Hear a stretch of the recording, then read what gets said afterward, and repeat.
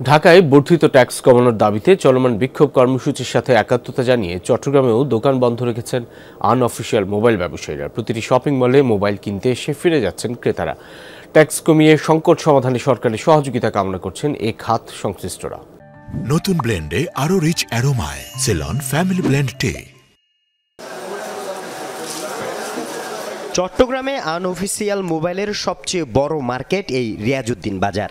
বর্ধিত ট্যাক্স বাতিলের দাবিতে চলমান আন্দোলনের প্রতি সমর্থন জানিয়ে দোকান বন্ধ রেখেছেন ব্যবসায়ীরা। এভাবেই তালা ঝুলছিল এই মার্কেটের ৩০০ মোবাইল দোকানে। ব্যবসায়ীরা বলছেন ৫৭% ট্যাক্স বৃদ্ধিতে ক্ষতির মুখে পড়বে দেশের লাখো মোবাইল ব্যবসায়ী। ট্যাক্স কমিয়ে সহনশীল পর্যায়ে রাখার দাবি তাদের। যতক্ষণ পর্যন্ত আমাদের নির্দেশনা অধিক থেকে আসে না, ততক্ষণ পর্যন্ত আমরা শাটডাউন রাখার জন্য আমরা কি একমতভাবে আমরা কি দোকান এখন অফ রাখছি আর কি। চট্টগ্রাম না পুরো বাংলাদেশেই অচল অবস্থা মোবাইল ব্যবসার উপর। আমরা ট্যাক্স প্রত্যাহার চাই অবিলম্বে। ব্যবসায়ী সংগঠনের সাথে আলাপ আলোচনা করে একটা সুন্দর সিদ্ধান্তের মধ্যে আসক। এসব দোকানে আনঅফিসিয়াল মোবাইলের পাশাপাশি বিক্রি হয় ব্যবহৃত মোবাইল ফোনও।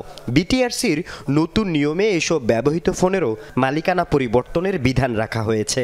জটিল এসব নিয়মে কমে যেতে পারে সেকেন্ড হ্যান্ড মোবাইল বিক্রিও। গাড়ি যেভাবে পরিবর্তন করতে হয় নাম এভাবে পরিবর্তন করতে হবে। মানে এই জিনিসটা কে করবে? কাস্টমারও করতে পারবে না, দোকানদারও করতে পারবে না। বিমানবন্দর দিয়ে প্রোডাক্ট ঢুকবে, সাথে সাথে টাকা পে হয়ে যাবে।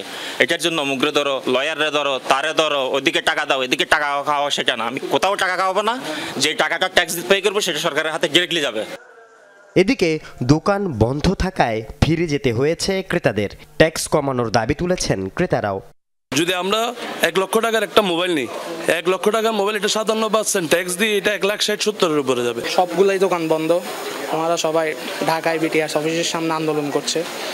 আর আমি যে মোবাইল কিনতে যাচ্ছি, মোবাইল কিনা যাচ্ছে না। সিন্ডিকেট আছে আর ৫৭% ব্যাট না, এটা ৫৭% চাঁদাবাজি চলতেছে আমাদের দেশে।